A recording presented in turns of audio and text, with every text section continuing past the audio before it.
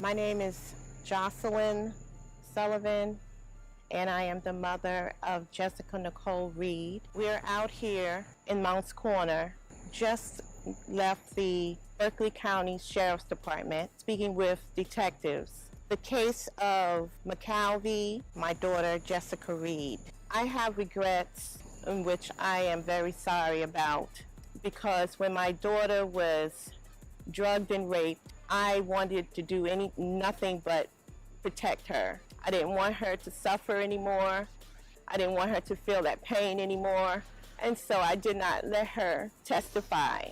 And because of that, today we are finding out that Mr. McCalvey is going to get away with what he did to my daughter, Jessica, and this family. For all these years, we've been suffering, going through pain and anguish over his decisions.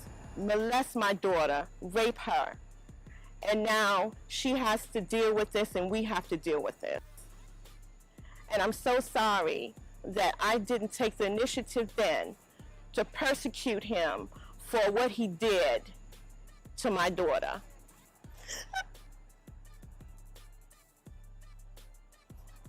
I'm sorry.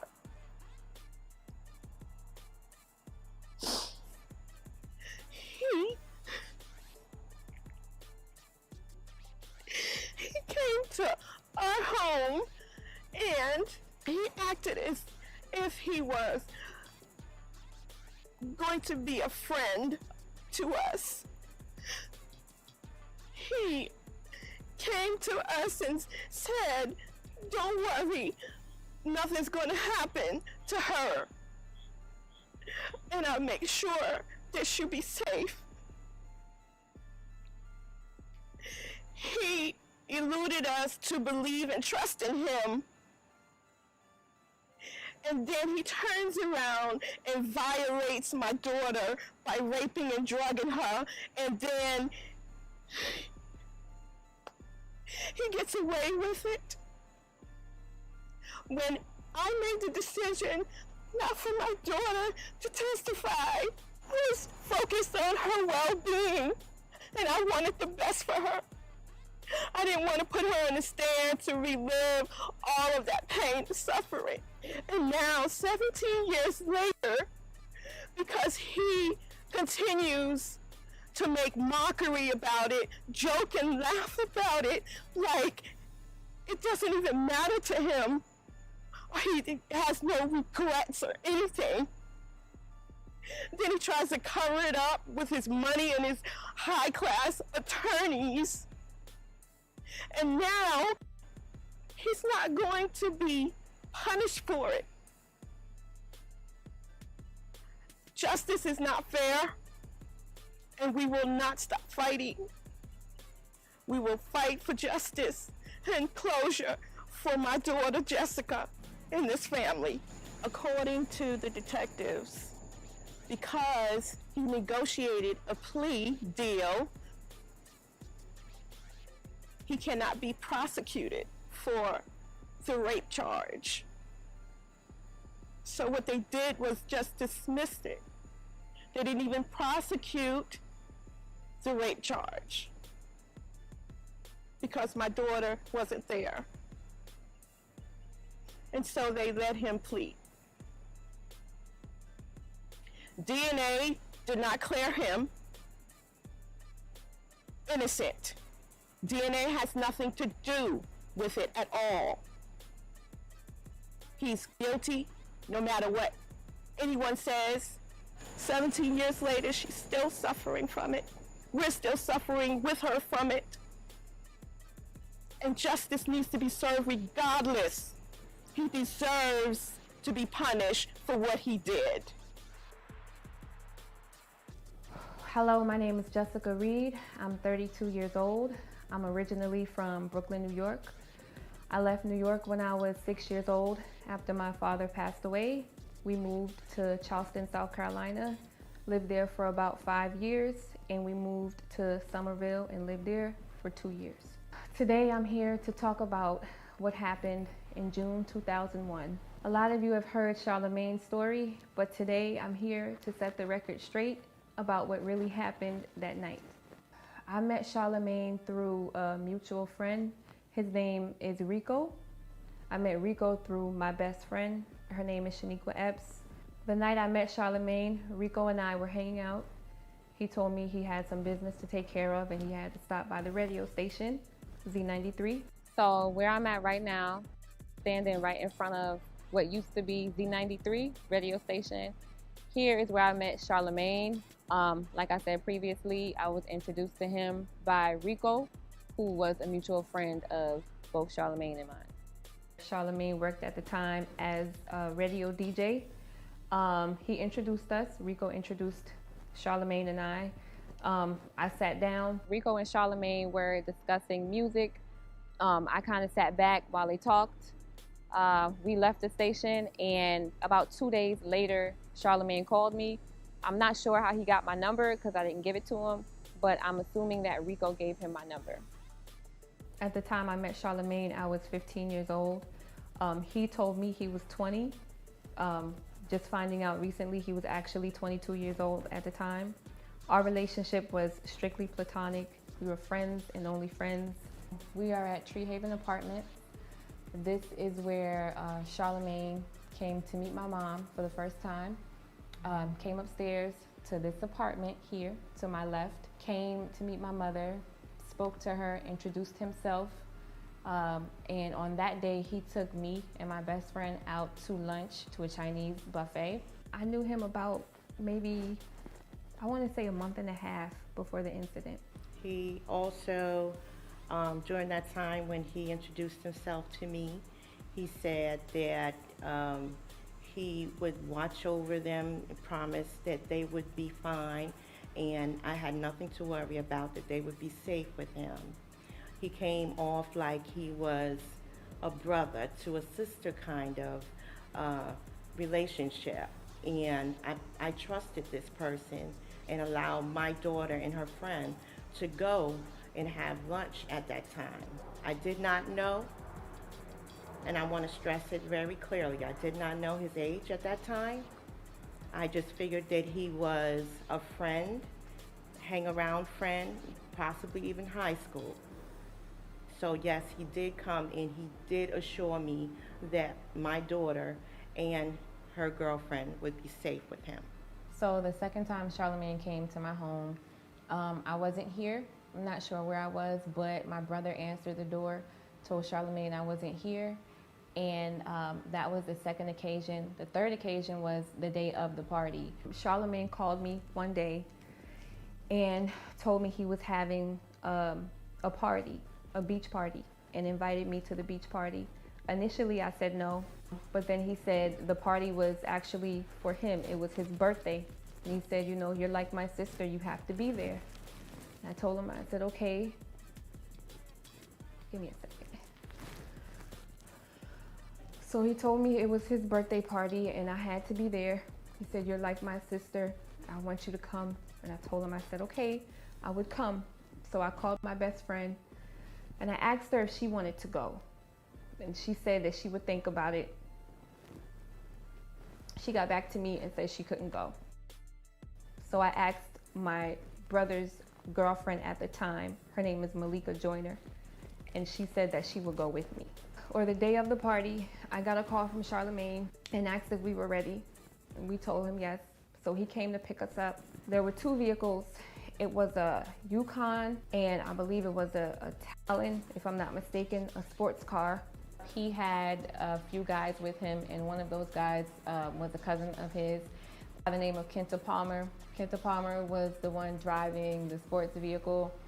Prior to this day, I had never met Kenta or any of the guys who came to pick us up. I just assumed they were friends and family of his because he was having this alleged birthday party. There were a few guys in the truck and one guy in the sports car. They picked us up late afternoon. Malika and I got into the vehicles. We left. From there, we went to his father's house. Once we got there, I met his father, and there was a few other people there, which I believe were his family members. And they were sitting in there watching TV. We sat there for a while. We left his parents' house and got into the vehicles and drove to, I believe it was a gas station. At the gas station, Malika called my mom to check in to let her know we were okay. Charlamagne and someone else got out and went inside the gas station, came back into the vehicles, and then we drove to the villa. Once we got there, went inside. Give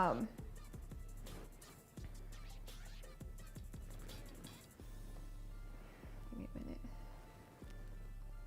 Right now we are at the Short Stay Villa in Mox Corner. This is where everything took place on June 2001.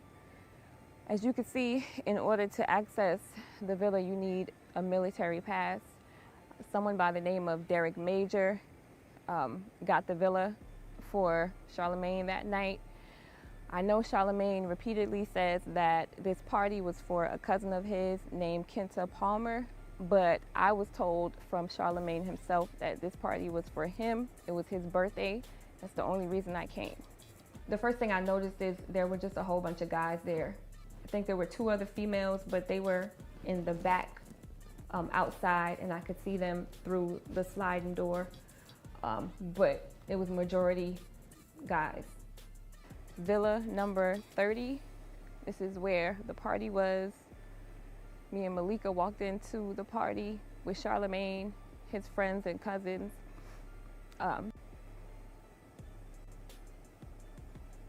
Whew.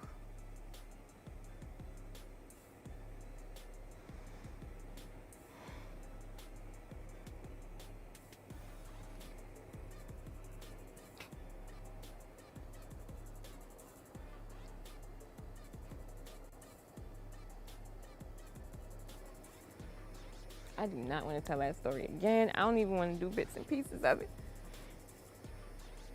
Fucking over it.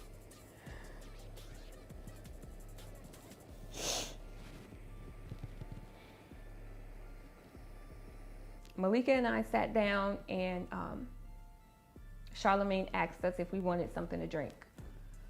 Malika took a drink, but I told him I was fine. I didn't want to drink.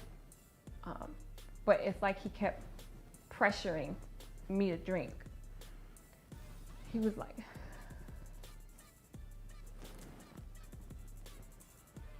this is where Charlamagne gave Malika and I the drinks. He himself made those drinks. He told me that I could trust him. I was like his sister. He would let nothing happen to me that night. He repeatedly asked me over and over and over if I wanted to drink, and even after telling him no several times, he still pressured me. I finally took a drink. Now, mind you, I'm 15 years old. I'm a child, I'm a minor. I'm being pressured into drinking by someone who I thought I could trust. I let my guards down, and I said, you know what? This is my friend. He won't let anything happen to me. And he betrayed me. He allowed his friends or cousins or whoever those guys were to take advantage of me, and he himself took advantage of me as well.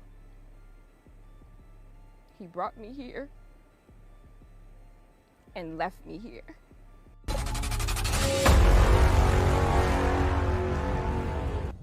All right, good evening. This is the Star Report. My name is Star. I'm your host, and I have Malika Joyner on the line with me, the friend and relative of Jessica Reid, who was indeed raped in 2001 in South Carolina at a party where Leonard McKelvey, also known as Charlamagne, did take a plea to contributing to the delinquency of a minor. But Malika, you have come forward, you contacted me, and you want to tell... Yes. You want to tell what you saw? I mean, let's just get right to it. What did you see that... Well, okay, we can get right to it. We were offered drinks. There was something in the drink. He went in the kitchen, made a drink for me. I took the drink, and I sat next to Malika, and I was drinking my drink, and she was just about done with hers. She just, out of the blue, started throwing up. And the funny thing about it was, after she was throwing up, he kept asking her or trying to give her more drinks. And she was like, you know, I can't drink anymore. No, because I didn't know who he was, on the radio. That was my first time ever meeting him. I was introduced through Jessica. I knew nothing about him. I was basically going there. She asked me if I would like to go with her, so I said, yeah, I'll go with you, Right. So I didn't know him at all prior to this event occurring. I didn't know who he was. I sat my cup down and I just said, okay, I started feeling weird.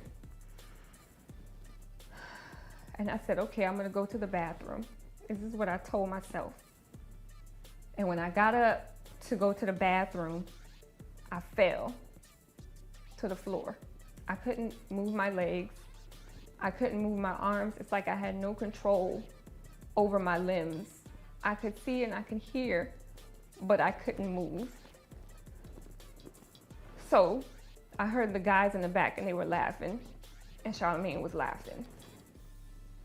And he told them to take me upstairs.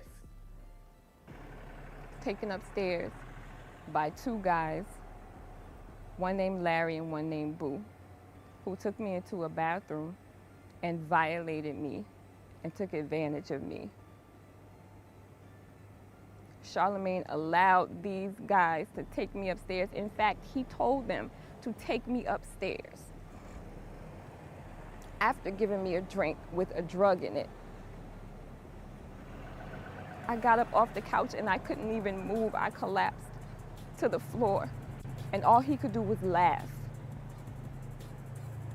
He didn't ask if I was okay. He didn't help me up. He laughed. So he took me upstairs, and then he took me into the bathroom. I did see two people escort her upstairs, but like I said, I myself was I was throwing up and so forth. I was out of it too, but I was still able to know what was, able to see and hear what was going on. But it was like everything for me was slow motion. But she was escorted up the stairs with two gentlemen. Okay. They took me upstairs and took me into the bathroom. And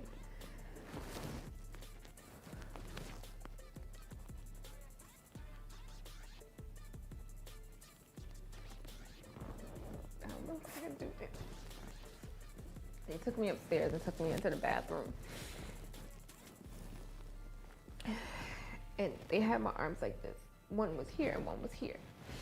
And they were holding me up because I couldn't hold myself up. And I had a dress on. I had one arm like this, and Larry was holding me up.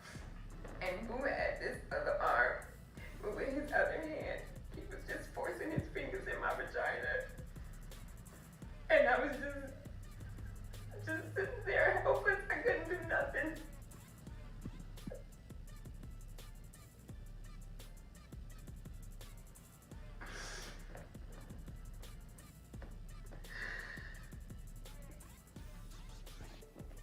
I cannot do this.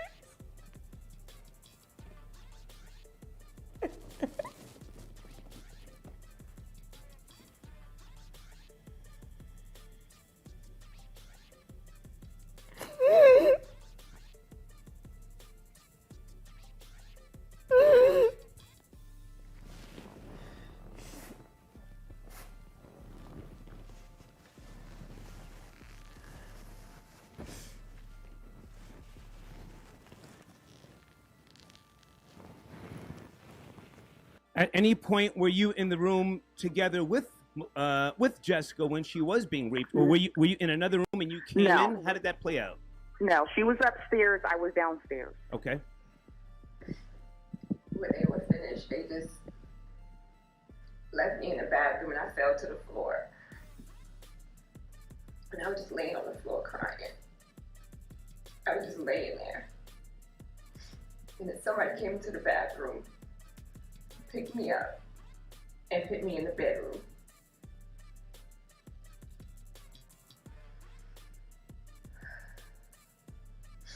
Left me in the bedroom, closed the door behind them. I don't know how long I was laying there for, but Larry ended up coming in the bedroom. came in, he got on the bed, and he started to rub his penis on my body. And all I could do at the time was just try to roll around on the bed. And I was rolling until I eventually fell off the bed.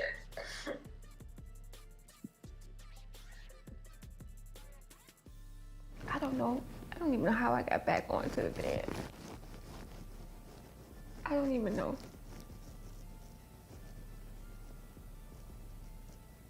But he left.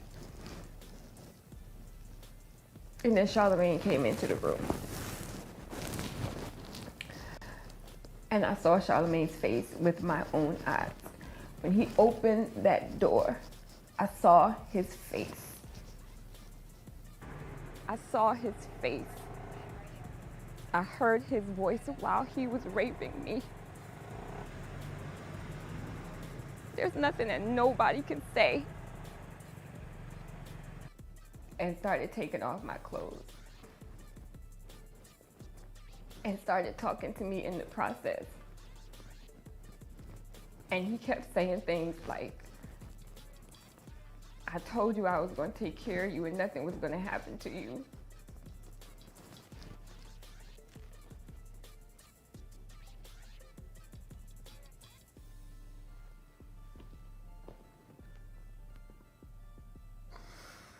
But because I was throwing up, I was still coherent. I was still able to, I was still aware of my surroundings. So Okay. He couldn't really, he gave up with me, he was kissing on me, trying to unbutton my shirt. I was determined, that was not going to happen. And in the process of him not being able to sexually, come on to me the way he wanted to, because I was still able to, to know what's going on, then that's, where Jessica, he went to Jessica. I told you I was going to take care of you and nothing's going to happen to you. This is Charlamagne, and he just kept going on and on. And then he started kissing me and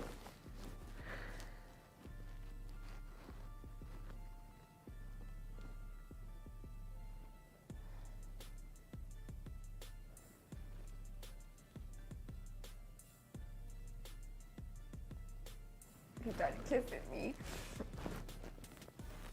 And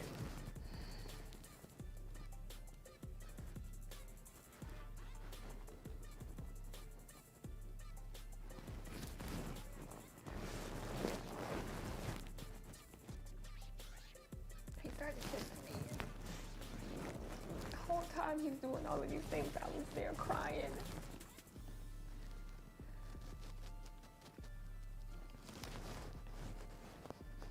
That's why it's so hard.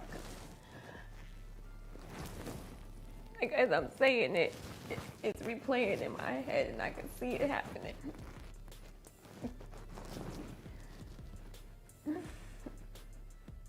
He was kissing me everywhere.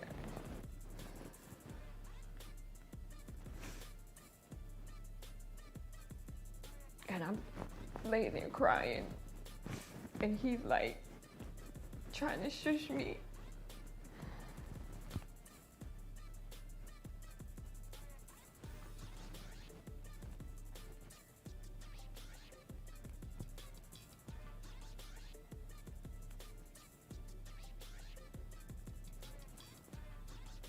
He's trying to shush me.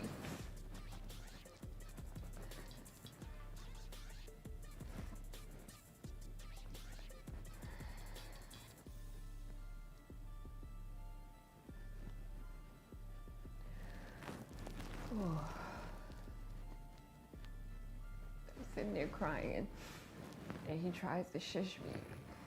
And then he performs oral sex on me.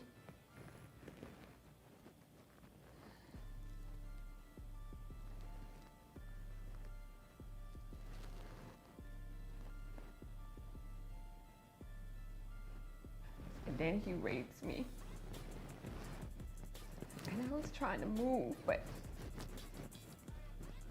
I don't know, he was heavy. And it was like nothing I could do. I was downstairs when Jessica went upstairs to the bathroom, and she was gone quite a while. At that time, I was thrown up and so forth, so it took me quite a bit of time to get to her. But what made me get up to get to her, not even that she was gone for so long, but I heard yelling and screaming, a lot of noise, and like something wasn't right. So that's what made me get up to go find Jessica. And in the process of me finding Jessica, I did see Charlamagne on top of Jessica, and Jessica was very hysterical. Oh gosh, it was horrible. I was laying on the bed with no clothes on, and I remember somebody opening the door. Okay, so you went upstairs and you had to push your way into the room, or the door was open? What? No, the door was closed. It was not open whatsoever. I had to literally get in. I don't know how, but I mustered up the energy to get in that room. Okay. And like I said, I did see Charlamagne on top of Jessica. And in the process, because it was more of a shock, like, how did she get in here? You know, he jumped off her and proceed to run out. Mm-hmm. So when you came into the room and you claimed that you... Jessica was hysterical. She was yelling and screaming. I'm trying to figure out, I'm just in shock because I couldn't believe what I saw. Mm-hmm. Like, I was really like, oh my gosh, she was, and I'm trying to calm her down and just be there for her. And she had no clothes on. It was horrible. She was yelling, screaming, saying they raped me, they touched me, and it was, wow, it was a lot to take on. So when you came into the room, did you see, I'm sorry, when you came into the room, did you see Charlamagne's pants down, or did you see him naked? What was... His pants was down. Yes, his pants was down. When he jumped up, he pulled everything up. Okay. And ran out the room. And then Malika staggered in, and she was asking me where my clothes were. And I told her I didn't know. I told her I didn't know where they were. And then, I don't know, it was weird.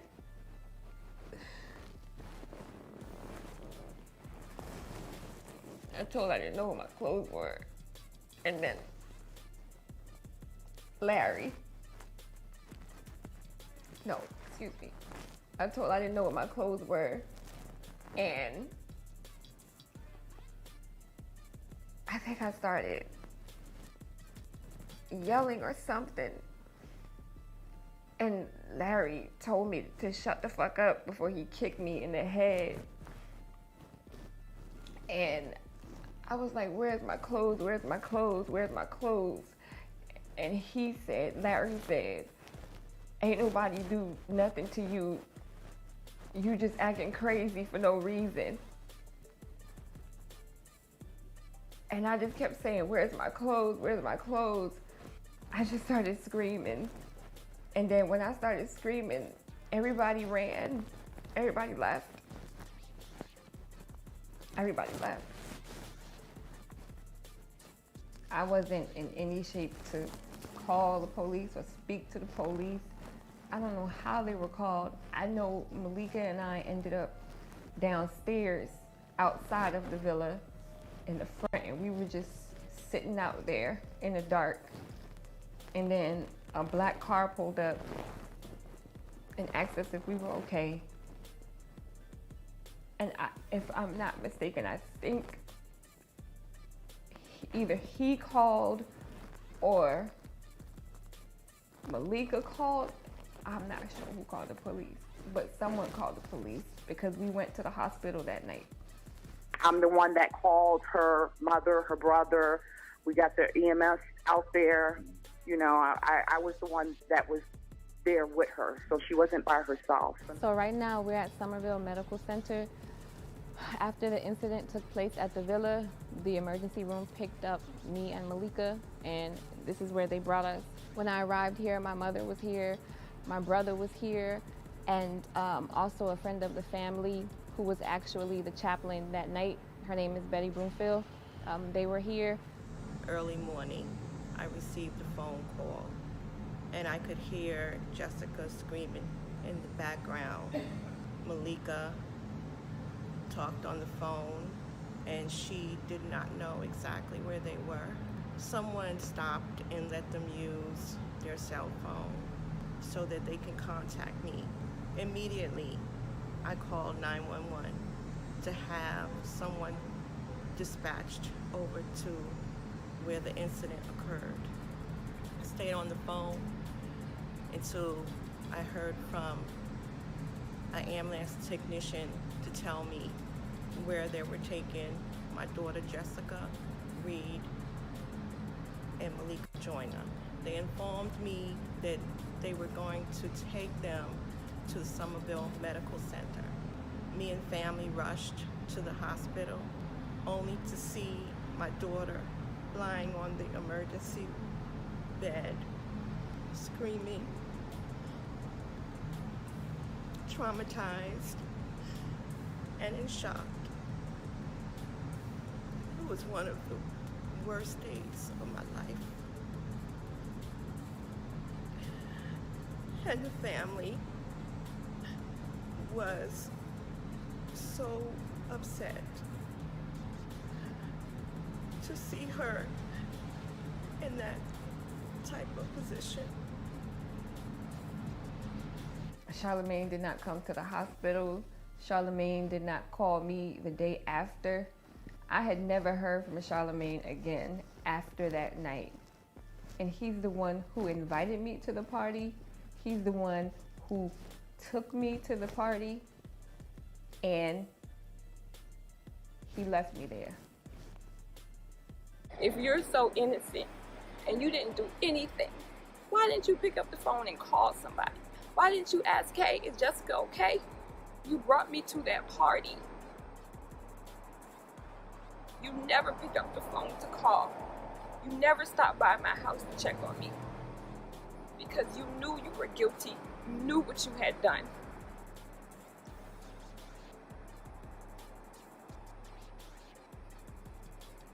Don't be so naive.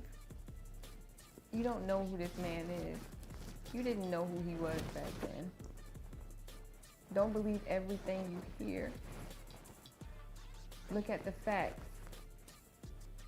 Listen to him tell his story. It makes no sense at all. This man picked me up.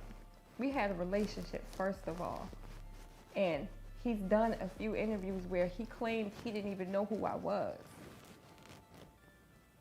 Ask questions. He picked me up, took me to a party, and abandoned me. What happened That's after correct. that incident took place? Did you ever see Charlamagne again? No, it took a toll on her family. It was very hard on everybody, even the relationship between me and her brother. It just affected us in so many ways. And recently, once that happened, it was horrible.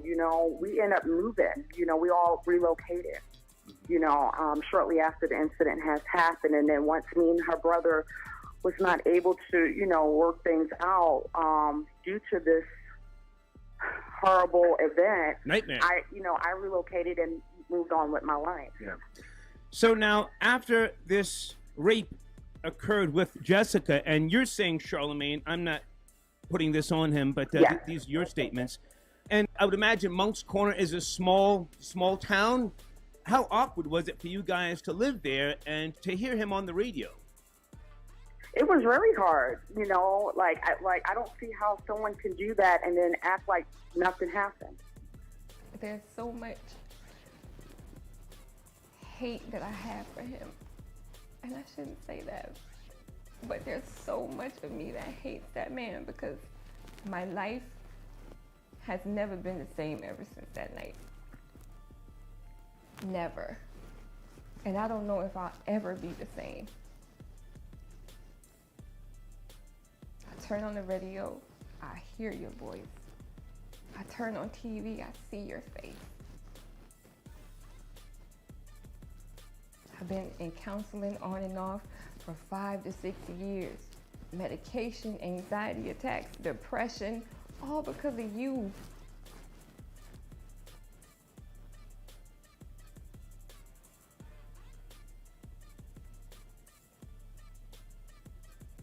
And now you want to portray me as some groupie, some girl who you didn't know, you just invited me to a party. No. Say my name. You know me. You know how we met. You've called my house. You've met my mom. You met my brother. You picked me up, took me out to lunch. You called me your little sister. We had a friendship. And you lied. The same way you lying to all these people. You're not innocent, and you know you're not innocent. I don't even know how you sleep at night.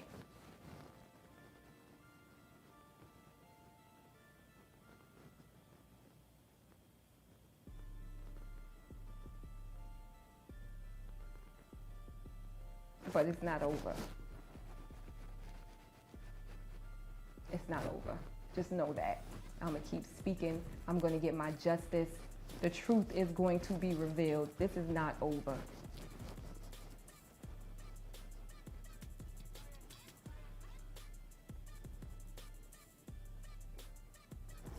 So,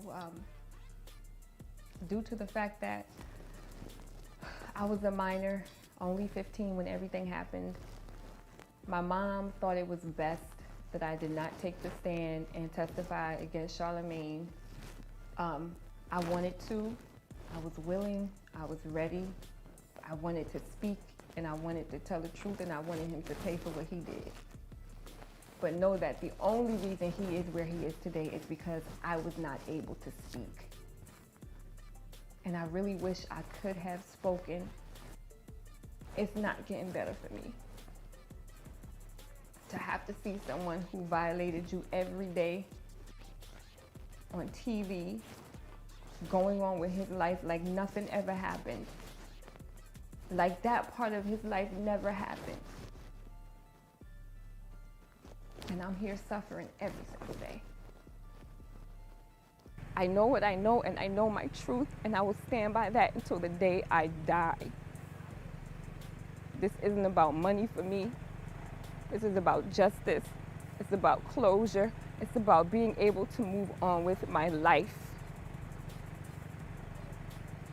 I've made it very clear I want nothing from this man. No amount of money he gives me is going to give me back what he took. Mentally, emotionally, I have never been the same.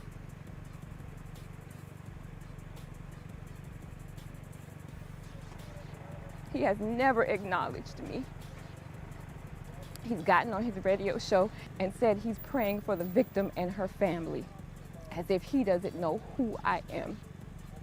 He knows who I am.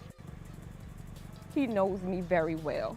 He knows what happened that night, and no matter how much you try to cover it up, the truth is gonna come out. I promise you. People can see through your lies. Nobody believes you.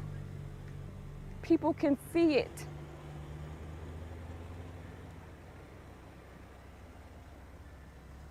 I want to take this time to thank everyone who supported me so far. I want to take the time to thank those who have given me a platform to speak.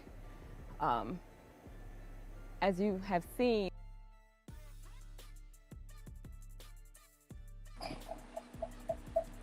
damn, Charlamagne, it's like you in trouble. Trouble. Now I want y'all to check out what Kwame Brown had to say about that nigga.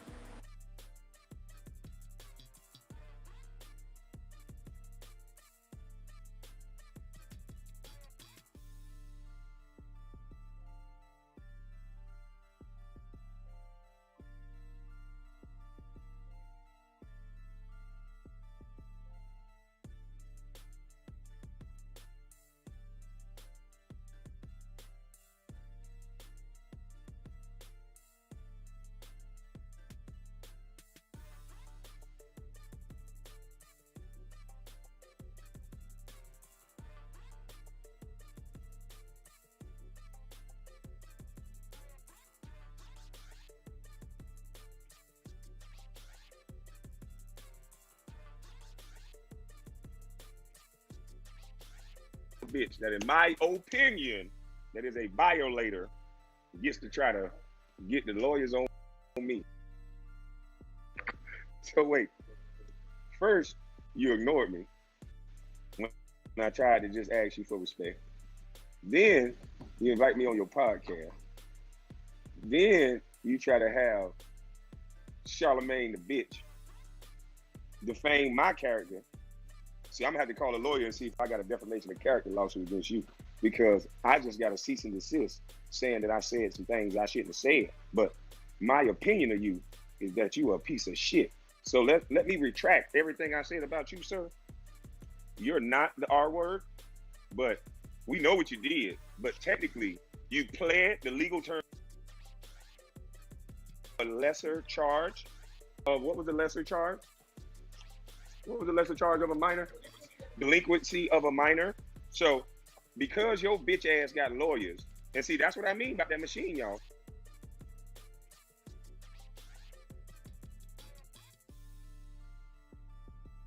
Lawyers. He found the lawyer of mine, and I don't even use anymore.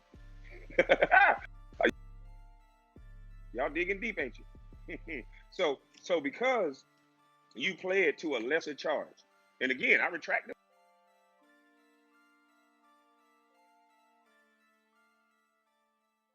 You sue me, you gonna find out a nice little secret. Punk ass bitch. But anyway, I'm still not gonna let off the gas on your bitch ass. You lesser charge ass bitch. You delinquency to a minor ass bitch. That's still wrong. What the fuck you doing around a minor, you punk ass motherfucker? Fuck you and fuck your goddamn lawyers, bitch. Just cause you go pay and your motherfucking friends go help you out, bitch. You think that's gonna scare me, ho? Fuck you, Charlamagne the hoe. I retract the first statement, but nigga, you a lesser charge ass nigga pleading guilty to a lesser charge. You delinquency to a minor ass nigga should not be speaking on a king like me, bitch. You is a delinquency to minor ass fuck nigga. Bitch ass nigga. And the girl wanted to reopen the case. But because she probably didn't have the money back then or whatever else, she tried to start it up again. And your bitch ass lawyers shut them down again. So once again, proving you punk bitch that you protected by the machine, motherfucker. So now that I got all the terminology right, I'm gonna still get on your raccoon change your face ass, bitch. The fuck you talking about, nigga? I'm my mama's son, and you and your attorney can get my mama's cooking, bitch. Cause nigga, you told about my daddy, and that had nothing to do with me, bitch. So open up your lawsuit, and then I'll open up my defamation of character lawsuit. Fuck, nigga. Fuck you talking about, nigga. You talked about other people when referencing me. And I ain't say shit about you, punk bitch. And no other time you ever mentioned my name on the Breakfast Club, you punk motherfucker. So you obviously was just trying to defame my character because I talked about your go along, get along club, bitch. I told you I was ready and waiting for a pussy ass nigga like you. I'm not scared of you or your machine. Fuck y'all. I told you. Only thing y'all like to do is control people's mind. But bitch, I is free. And you niggas gonna keep making me spit this gospel. You better leave me the fuck alone. Now, if you want me to shut up on your ass, then help me build these programs for these kids around America. That's when I shut up, motherfucker. Y'all giving people money to move next to y'all bitch ass? Give me the money to shut up, to build these goddamn youth centers and programs all across America, and then I'll shut up. Bitch ass nigga. Fuck you talking about? Y'all play like y'all for the black culture. Y'all play like y'all for us. You ain't give us a motherfucking thing. I got the blueprint, bitch. Yeah. Come holler at me. You want to shut me up? Give me some money, and I'm going to put youth centers all across America, but we ain't got to run in the middle of the road and shout and die, bitch-ass motherfucker. That's what y'all trying to protect. You trying to protect that little fucking queen. You can't protect no little nigga like that. He fucking with the minors. The fuck is you doing around a little minor, boy? That's who y'all got on y'all show. A motherfucker that fuck with minors? That plea out to fucking with minors? That's supposed to be better? What was it again? Let's get the real legal term. We got to make sure we say it right. Because we don't want to misrepresent this evil bitch. Let's say this evil bitch real title. What is this bitch ass nigga title? This bitch ass nigga got a lesser charge of delinquency to a minor. Ain't that better? Ain't that better?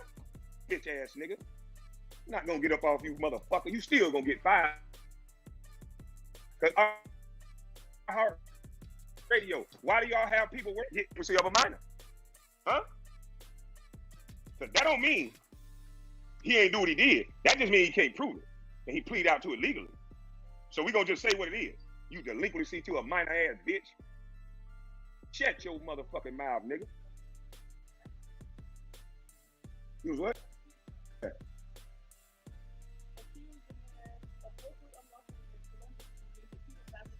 Yeah, so yeah. And you got charged with it. You pled to the delinquency of a minor bitch. But what you got accused of is you was 22. You raped. No, you ain't no rapist. You a delinquency of a minor ass nigga.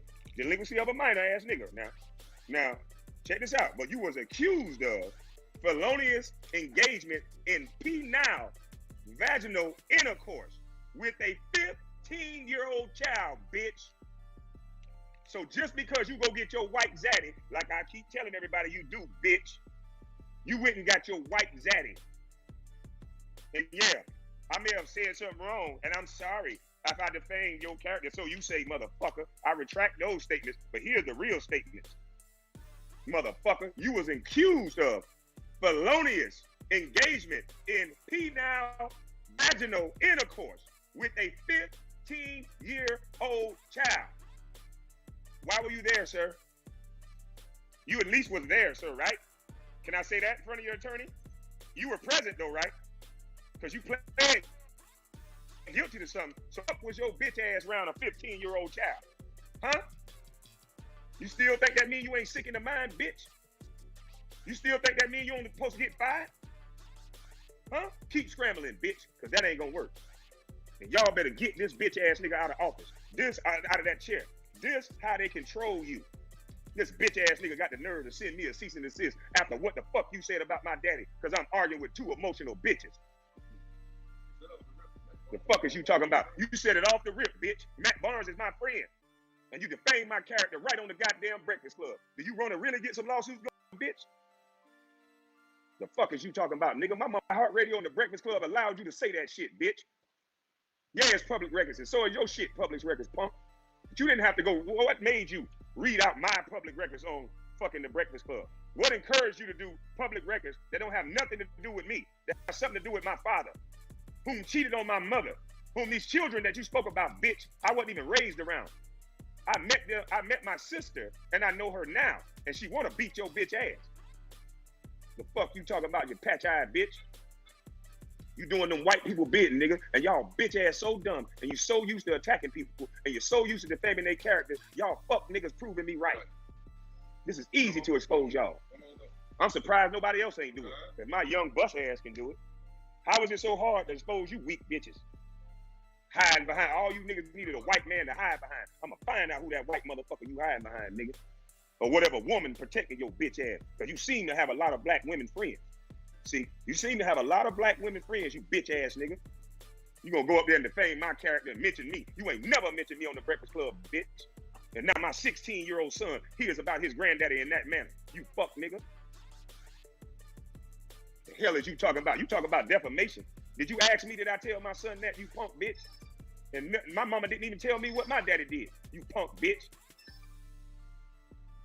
But you want to talk about your fake ass shit because you pled guilty to a lesser charge.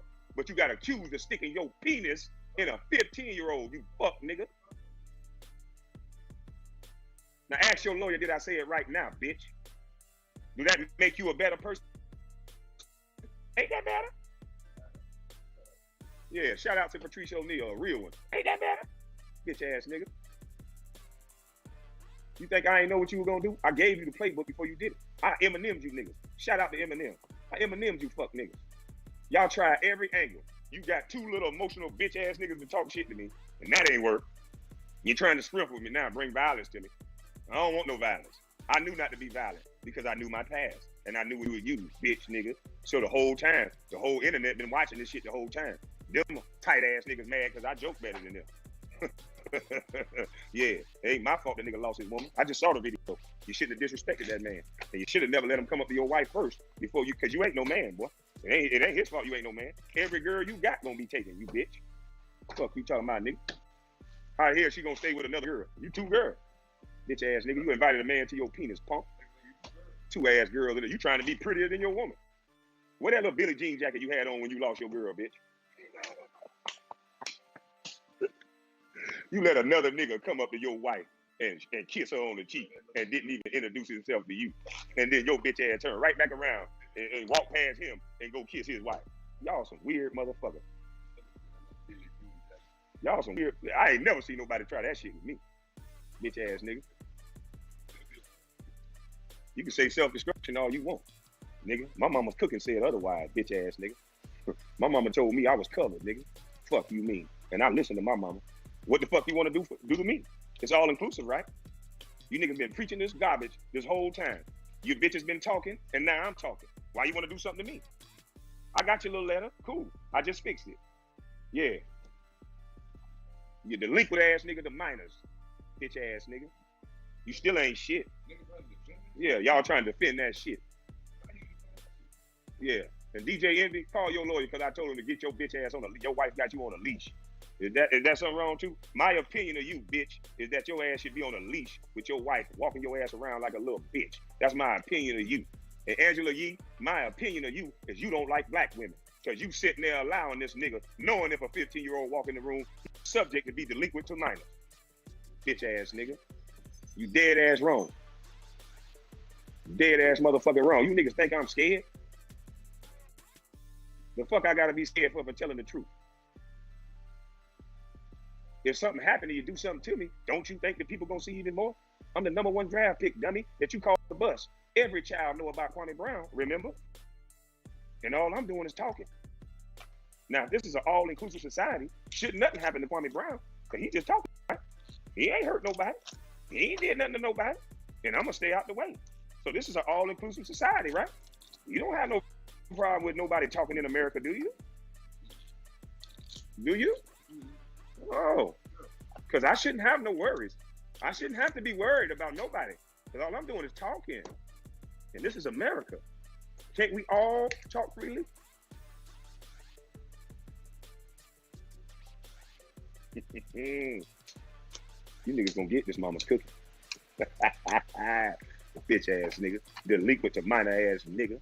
You playing with minors. Did you put your penis in it? Allegedly, they say you put your penis in her. That's what they assume you were charged with. That's what they say. Oh, and the police noted. Oh, so not only are you fucking around trying to fuck with 15-year-olds, the police noted the girls appeared to be very intoxicated. Very intoxicated. So you get the little girls drinking in the motherfucker, huh? Charlamagne the God. I'm trying to figure out what the cease and desist is about. When you can get on a recorder where this nigga talking about Spanish fly, where this nigga talking about putting shit in people's drinks. So what the hell? All I got to do is bring your bitch ass recording in the goddamn courtroom, bitch ass nigga. I'm not even gonna go get a lawyer. I'm gonna take your word. The nigga in the video said that shit to his wife. So what the fuck you talking about, bitch ass nigga? I ain't gotta defame your character. Bitch nigga, when I get home, I'm gonna go get on StreamYard and I'm gonna go look up them videos where you did the talking for yourself, bitch nigga. And then you gonna defame your own character, fuck ass boy. The hell you talking about, nigga? You forgot, we live in the information age, bitch. You said this shit out of your mouth. You the one listening to White Zaddy so much that thought your bitch ass was invincible. And then you fuck with the wrong motherfucker. I told you, bitch ass, this quicksand over here, nigga. Yeah, this quicksand, bitch ass nigga. Shout out to Murray. I used to tell the niggas that before he came up with that song. But I like that goddamn song. You gonna walk into this motherfucking quicksand, nigga.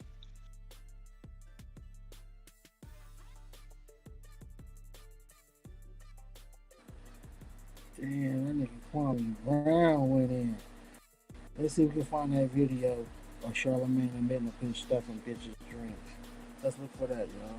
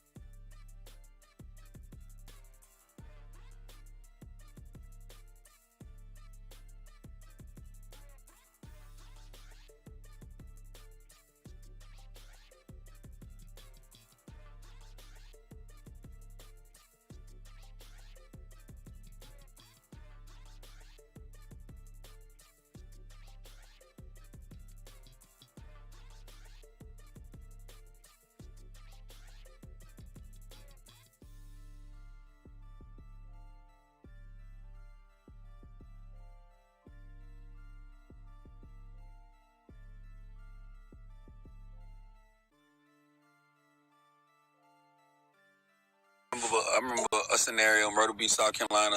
I got this girl real drunk, and I fought. That sentence sounds a little fishy. I got her drunk. I didn't just get her drunk. I remember going. I went to the sex store and got Spanish Fly. Oh, so you raped her? Shut up. Spanish Fly. In the sex store. I'm telling the truth. They spell it in the Spanish store. I had to fucking. They sell knives in the store too. You could put that to a girl's throat and have sex with it. That doesn't mean it's legal. So I put the Spanish Fly in the E&J. We drinking the E&J and shit. So in my mind, I don't know if this shit really worked, but I felt like I got horny as a motherfucker too. Right? So she was drunk as shit, and we had sex and shit, and like. A lot of my boys was trying to come in the room and fuck her. I'm like, nah, chill out. I can't. I'm not doing that. I'm not gonna let you run a train on it. That's rape. Okay. So, right. So it's just one-on-one. It ain't rape. Yeah. So the next trains are rape. So the next morning she wakes up. And we talk about it. And she's like, "What happened?" Oh shit. Like, we had sex. She said, "Okay, well, I'm glad it was you." Then a couple days later. She's like, yo, are you sure I only had sex with you? Because one of my stupid-ass cousins was going around saying he fucked her, which he didn't. I know for a fact he didn't. I was there the whole time. He did not fuck her. He looked at her naked, but he didn't fuck her, right? So I'm telling her, no, me and you just had sex. Nobody else did nothing. So it just was weird that she was like, well, I'm just glad it was you. You know what I'm saying? Because in my mind, I'm like, yo, you could have been in a real bad situation if it was another motherfucker there. Compliment, man. A girl just said, yo, at least you raped me. I didn't rape her. I did not rape her. Hey, if it was any of your cousins or friends, it would have been rape. But I didn't rape her because me and her had every intention of having sex with each other. So then why would you put the Spanish Fly? I'm still a freaky motherfucker, but listen, was she passed out while you fucked her? Nah, she wasn't like, she was like one of those drunks where, listen, no, she was one of those drunks where like, she was one of those drunks where she was like, she wasn't coherent, but she was up. You know when your girl's just, like when you're blacked out, like that, don't know what the fuck's going on type shit. Like she was really She was awake and she was into it. She was wasted. Yeah. If you listen to the conversation, look at how serious Charlamagne is. You could tell this is a real story. It's not made up. This is not acting. And him and his co-host is enjoying this type of conversation, my nigga. Y'all pay attention.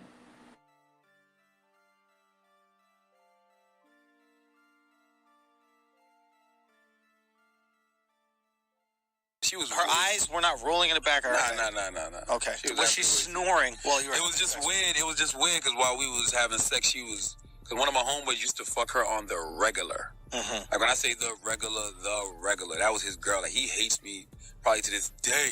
Wait, so you fucked your friend's girl? That was a piece of shit. But he's innocent, right? If you still caping for Charlamagne the hypocrite, a.k.a. Shaw Kelly, a.k.a. Harvey Weinstein, a.k.a.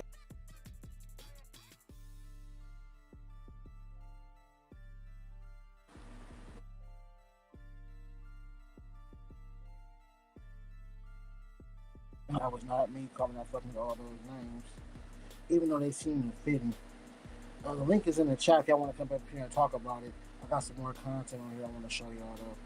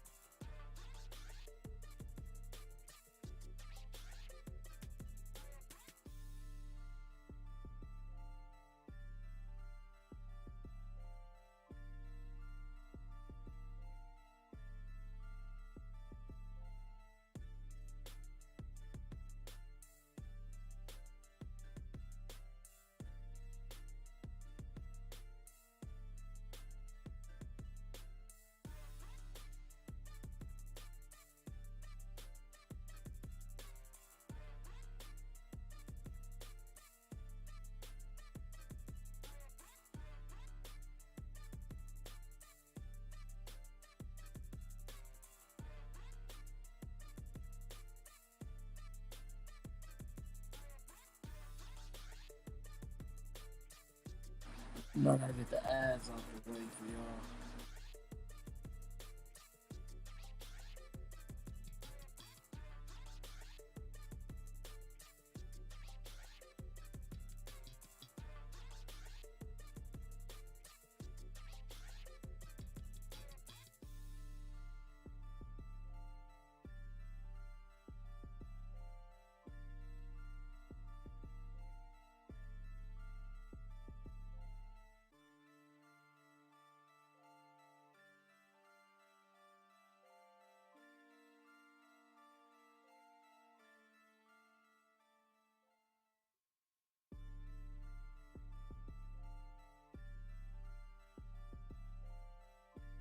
The illest TV can ever have caught this nigga Charlamagne and a lie. So let's check out the video.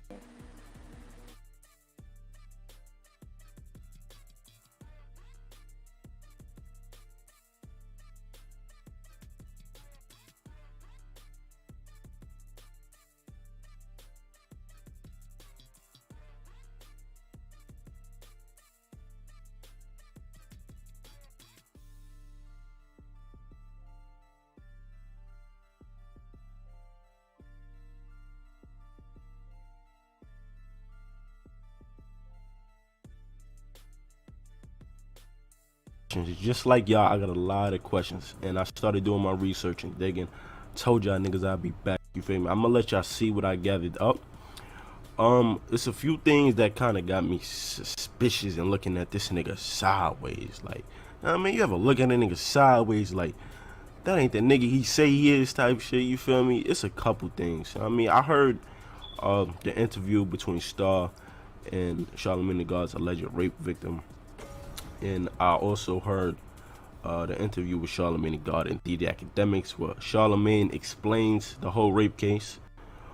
I saw the court documents, the paperwork. In this video, I'm gonna show y'all some loopholes, some details is missing. I mean, something to change. You feel me? Yeah, man. I'm gonna just show y'all a couple things. Y'all let me know what y'all think. If I did something wrong, y'all tell me. If I got information incorrect, y'all point it out, you feel me? And y'all can form your own judgment. Now, second thing, before I stop talking, I just want to ask y'all this. Does anybody else notice how no other major media outlet is talking about this story? I mean, like, is it because this nigga has a lot of connections? You know what I mean? Like, no Shade Room ain't posted, Baller Alert didn't post it, other hip-hop blogs didn't post it. Nobody's really talking about the story besides little channels like mine, you feel me? But I'm gonna just show y'all what I found. I mean, and y'all can gather your own thoughts on it. Alright, but yeah, subscribe, like, comment if you haven't. We're gonna start this shit, you heard? 2001. I think I was like 20. I was 20 years old. My cousin had just graduated from high school, and he had got a scholarship to Penn State University. And I had a party, and I had all of these chicks at a party. Like, I was doing overnights I was working at Z93 then. So I had all these chicks there that I met through radio, and you know, chicks that my dude had known. So I used to always see this chick with my dude. So I bought, I invited her to the party. So she was at the party and shit. She got drunk. Alright, first things first. First thing I caught about this, nigga said he was 20. Alright, now that could have been an honest mistake, and I get that. But the nigga stuttering like a bitch, you feel me? And it is a lie, and you could say, you know what, that's a little petty lie. Maybe he did forget it because it was so long ago, you feel me?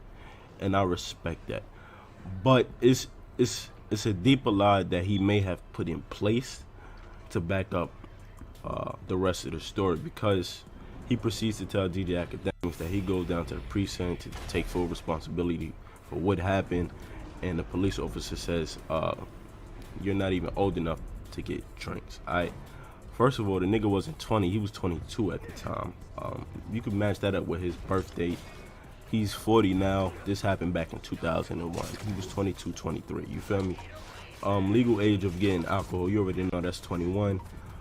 And if you could say, oh well, they started doing the court and they charged him a year later. No, nigga, He literally said he went down to the court. Well, you're going to see in a future clip, but he literally said he went down to the precinct like the next day type shit. You feel me? So he was 22 at the time, 23. That's just a loophole that I caught. I mean, maybe it could have been an honest mistake, but I don't believe so because he used that lie to cover up another lie and said that he willingly went down to the precinct. But I'm going to let y'all watch the rest of this, all right? Let me address a few things here with regards to this legal letter that came down from Charlamagne's legal team. This is just a demand. Do I have to put the video back up? Do I? I'm not scared, never scared. The video was not about gossip, as they're trying to point out, but they contradict themselves in the letter because in the letter, let me just go right to it, Mr. Terrain, the true facts are in that in 2001, my client, Charlamagne, who was then 22 years of age, hosted a party to celebrate a family member having been awarded a full football scholarship at Penn State. Not 20 years of age, as he so stated during a 2013 interview that some of you keep sending to me. His legal team confirms he was 22 at the time. There's nothing messy here. It's all official documents. I wasn't gossiping. I wasn't talking about what other people were saying. This is a bad reach. This is a bad look from his legal team. They're shook. Scared to death, scared to look. Chick, after the fact, after she pressed charges, and they was like, no.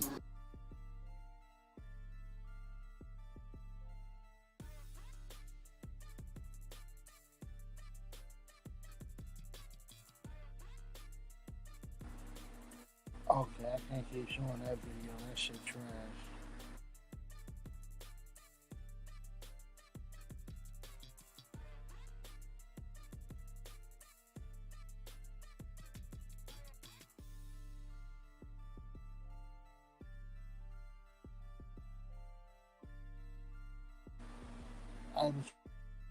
You know what, man? Y'all go ahead and see me now. If y'all go ahead and comment, share, subscribe.